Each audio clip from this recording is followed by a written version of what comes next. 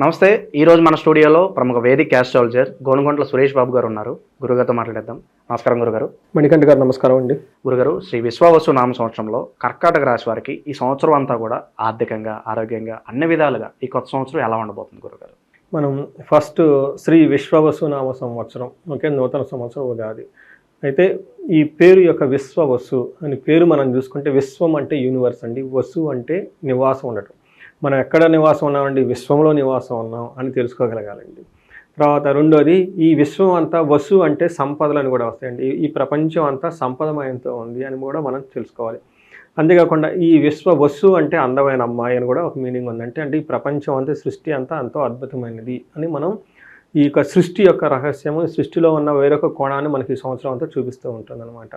అంటే ఈ ప్రకారంగా ఈ వచ్చే సంవత్సరం అంతా అందరికీ సంపదలతోటి ఎంతో అందమయంగా, ఆనందంగా ఉంటుంది అనేసి మనకి ఈ సంవత్సరం యొక్క పేరుని బట్టి మనకు తెలుస్తుంది. మనం ఇందులో 12 నక్షత్రాలు, 12 రాసులు ఉంటాయండి. నేను బాగా స్టడీ చేస్తే ఈ 12 రాసులు దాదాపు ఒక 2 రాసులే బాగా ఇబ్బంది పడుతున్నాయండి. మిగతా 10 రాసులు కూడా అసలు ఇబ్బందులు లేవు అనేది మనం చెప్పుకోవాలి. అంటే సాధారణంగా ఒక సామాన్యంగా ఉంటుంది, కొన్ని రాసులు ఇంకా అద్భుతంగా ఉందని మనం చెప్పుకోవాలి. అయితే మనకి కర్కాటక రాశి వాళ్ళు కనుక ఈ సంవత్సరానికి చాలా చాలా ఇంపార్టెంట్ శ్రీ విశ్వావసునామ సంవత్సరం వాళ్ళకి. ఎందుకు అంటే, ఫస్ట్ ఇందులో ఉన్న నక్షత్రాలు కర్కాటక రాశిలో కనుక చూస్తే, వీళ్ళకి పునర్వసు 4వ పాదం, పుష్యమి 1, 2, 3, 4 పాదాలు, ఆశ్లేష 1, 2, 3, 4 పాదాలు అంతా కర్కాటక రాశి కింద వస్తారు. మనకి వీళ్ళకి ఆదాయము, రాజ్యపూజ్యం, వ్యయం, అవమానాలు కనుక చూసుకుంటే మీకు ఈ సంవత్సరం ఎంత బాగుందో మీకు తెలిసిపోతుంది.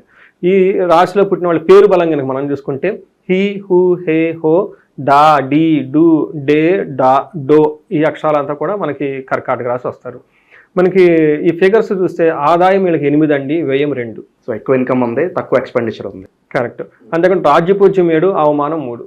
సో ఎక్కువ రాజపూజ్యమే ఎక్కువ ఉంది. సో అందరి చేత కొంచెం అప్రిషియేషన్ పొందడం కావచ్చు, ఇదంతా ఎక్కువ సంఖ్యలో కనిపిస్తుంది.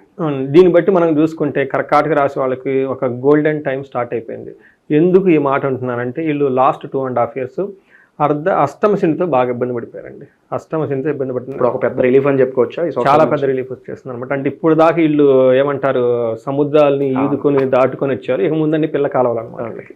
సో ఆ పెద్ద జీవితం ఒక యజ్ఞంలో ఒక అన్ని చూసి వచ్చారనమాట. ఆ స్క్రిప్ట్ లాస్ట్ 2 yearsలో 100 సంవత్సరాలు, 120 సంవత్సరాల జీవితాన్ని మొత్తం లాస్ట్ 2.5 సంవత్సరాలు చూసేశారు. ఈ ప్రపంచం ఎలా ఉంటుందని వాళ్ళకి అర్థమైపోయింది అనమాట. అందుకని చెప్పేసి అదేదంటా చూడండి, 7 ఖండాలు దాటి, 7 సప్త సముద్రాలు దాటి ఈదుకొని వచ్చేసారు అనమాట వాళ్ళు.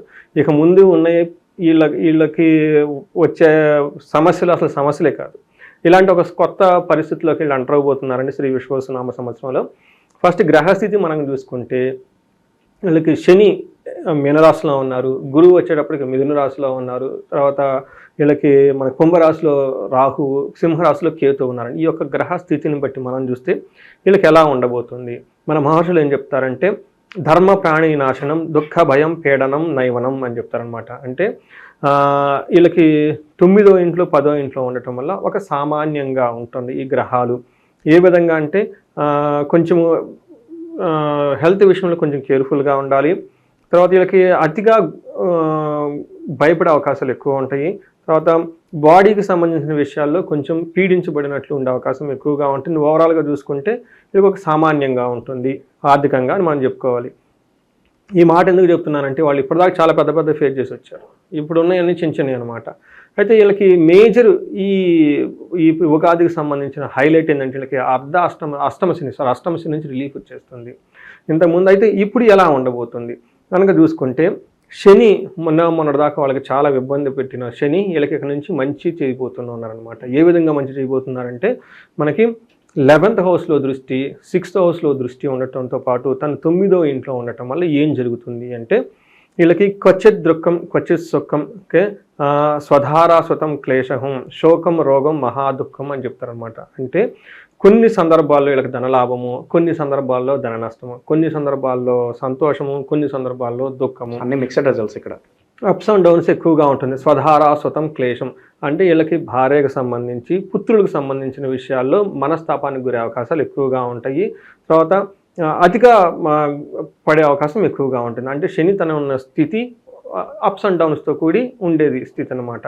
అంటే పెద్ద ఇబ్బంది పెట్టదు అలా లేకుండా అనమాట. కొన్నిసార్లు అప్స్ అండ్ డౌన్స్గా ఉండేసి ఓవరాల్గా ఒక నార్మల్గా ఉండే పొజిషన్ అని చెప్పుకోవాలి. అయితే ఇతని దృష్టి 11th హౌస్లో ఉండటం వల్ల అది ఏమవుతుందంటే ఫుల్ సాటిస్ఫాక్షన్గా ఉంటారు. ఇప్పటిదాకా వీళ్ళంతా అన్సాటిస్ఫాక్షన్గా లైఫ్ గడుపుకుంటారు. సో ఏం చేసినా కూడా పెద్దగా సాటిస్ఫాక్షన్ లేకపోవటం. అయితే ఇప్పుడు వీళ్ళకి ఫుల్ సాటిస్ఫాక్షన్ ఉంటుంది. ఇప్పుడు ఫుల్ సాటిస్ఫాక్షన్ వచ్చేస్తారు. ఇంతకుముందు అన్సాటిస్ఫాక్షన్ నుంచి సాటిస్ఫైడ్ లెవెల్కి వెళ్ళిపోతారు. ఫుల్ కంఫర్టబుల్గా ఉంటుంది. ఏదైనా కనుక చేస్తే ఇక్కడ నుంచి ప్రాఫిట్స్ ఉంటాయి. మొన్నదాకా అష్టమశనిలో అన్ని ఇబ్బంది పడిన వాళ్ళు, ప్రాఫిట్స్ లేని వాళ్ళు ప్రాఫిట్స్ ఉంటారు. అన్సాటిస్ఫాక్షన్గా జీవితం ఉన్న వాళ్ళు సాటిస్ఫాక్షన్గా ఉంటారు. అన్కంఫర్టబుల్ ఉన్న వాళ్ళకి కంఫర్టబుల్గా ఉంటారు. ఇంకొక ముఖ్యమైన విషయం ఏంటంటే వీళ్ళకి అర్ధాష్టమశనిలో ఎవరెవరు వాళ్ళని ఇబ్బందులు పెట్టారో, పాపం పండి వీళ్ళ మీద ఎవరెవరు శత్రువులు ఉన్నారో వాళ్ళంతా వాళ్ళే వెళ్ళి 10 ఏళ్ళు ఏం చేయకుండా. Destruction of enemy, success of and gain of money అంటనమాట. వీళ్ళ శత్రువులు వాళ్ళంతా వాళ్ళే కొట్టుకొని పోతారు. మనం ఏం చేయక్కర్లేదు, ఏం చేయనవసరం లేదు. ఫ్రీ ఆఫ్ కాస్ట్ దేవుడే చేసేస్తాడు అనమాట.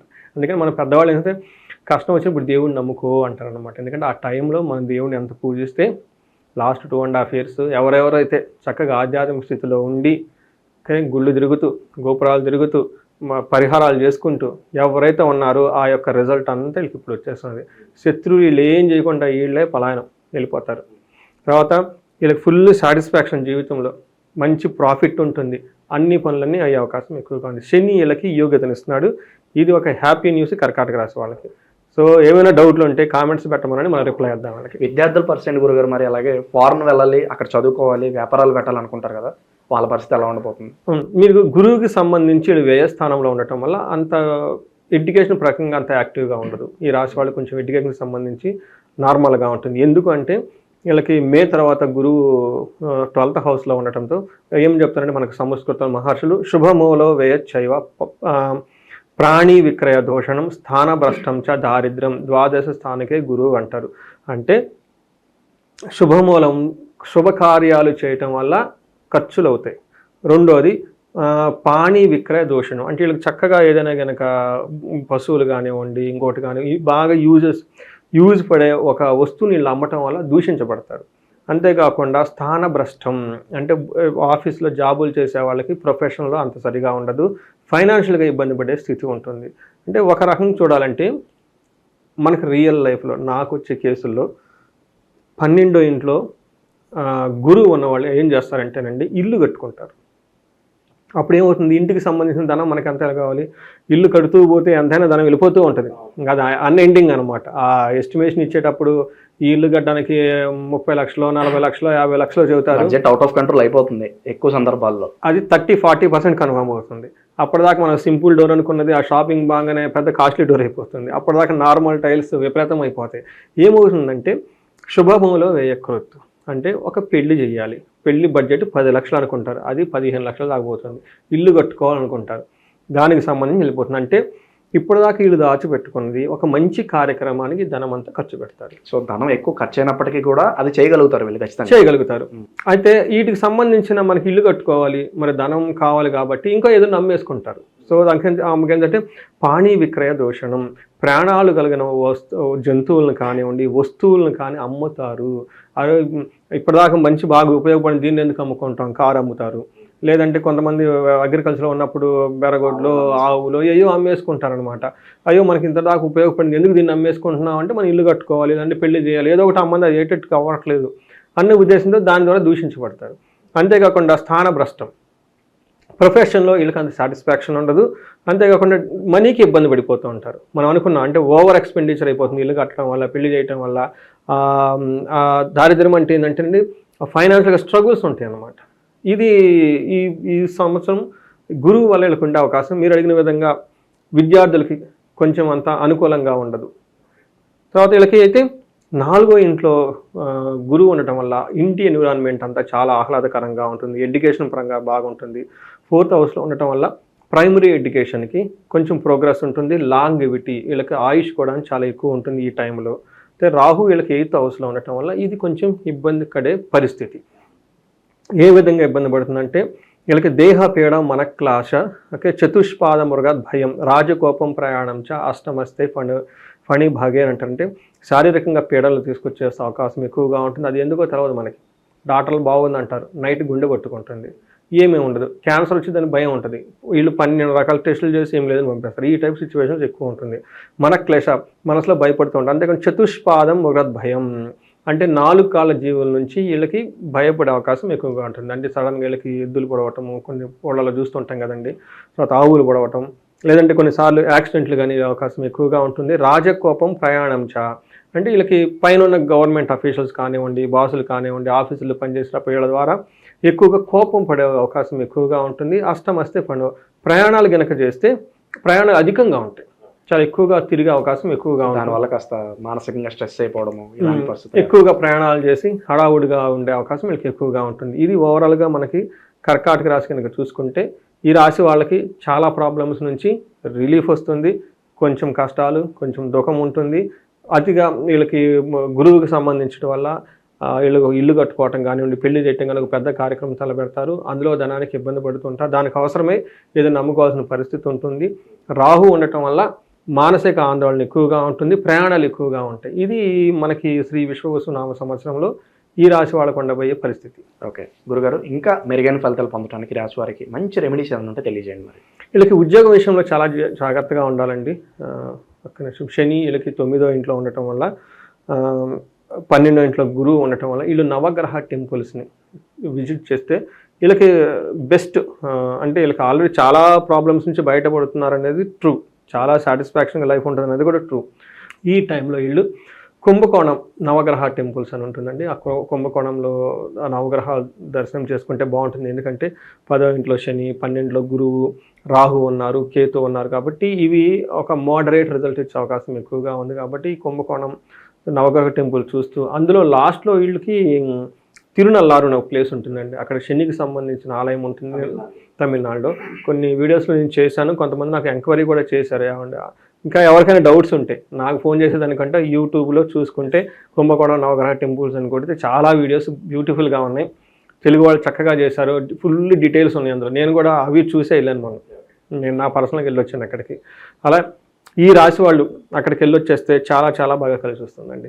ఇంకా కాకుండా ఎవరికైనా కనుక ప్రొఫెషనల్ రిలేటెడ్ ప్రాబ్లమ్స్ ఏమైనా ఉన్నా కానీ, ఈ శని పెట్టే ప్రాబ్లమ్స్ నుంచి ఇంకా వాళ్ళకి రిలీఫ్ కానీ ఇంకా కొంచెం బాగా రిలీఫ్ కావాలనుకుంటే వీళ్ళు మన్యు పాశుపత అభిషేకం చేసుకున్న చాలా బాగుంటుంది. శ్రీశైలం మల్లికార్జున స్వామిని, తర్వాత అక్కడ అమ్మవారి భ్రమరాంబిక ఉంటారు, స్పర్శలింగ దర్శనం చేసుకొని చండీ హోమం చేసుకున్న చాలా బాగుంటుంది.